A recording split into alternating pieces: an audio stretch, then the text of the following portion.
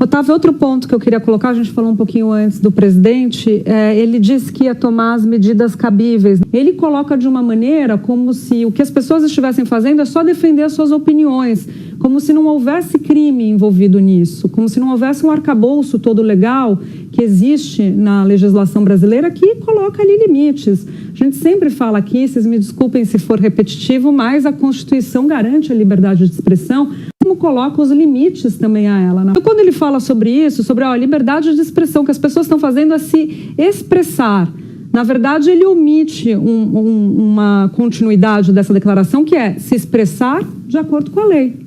Pois é porque a vida inteira ele se protegeu com essa desculpa da liberdade de expressão, principalmente também pela imunidade parlamentar que ele tinha.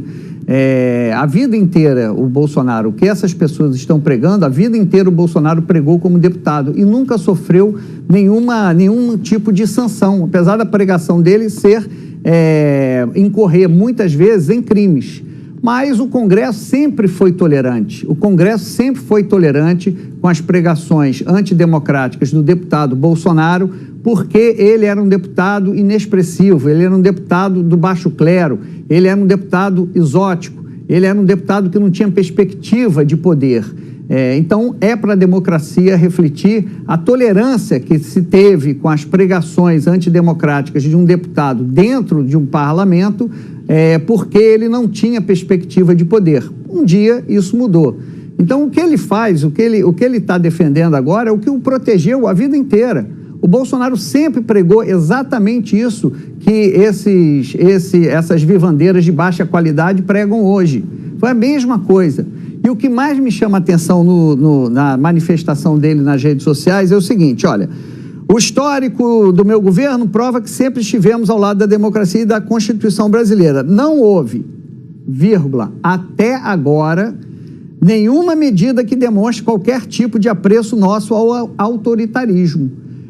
Me chamou mais atenção até agora, porque geralmente um presidente da República, cuidadoso com o texto e cuidadoso com a democracia, ele diz o seguinte, olha, não houve nem haverá em momento algum qualquer medida contra que vá demonstrar apreço ao autoritarismo.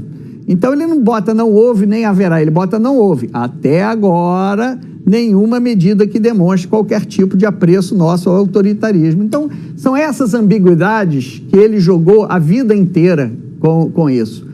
Porque ele é do ramo da agitação. Isso, eu canso de dizer isso. O Bolsonaro, sem entender a trajetória do Bolsonaro, está muito mais ligado ao ramo da agitação do que ao trabalho propriamente.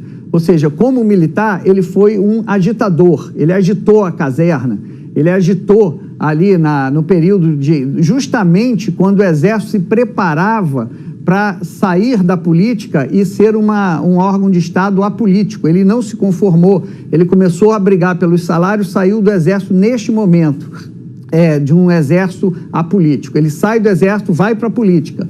Na política, como deputado, ele também é um agitador.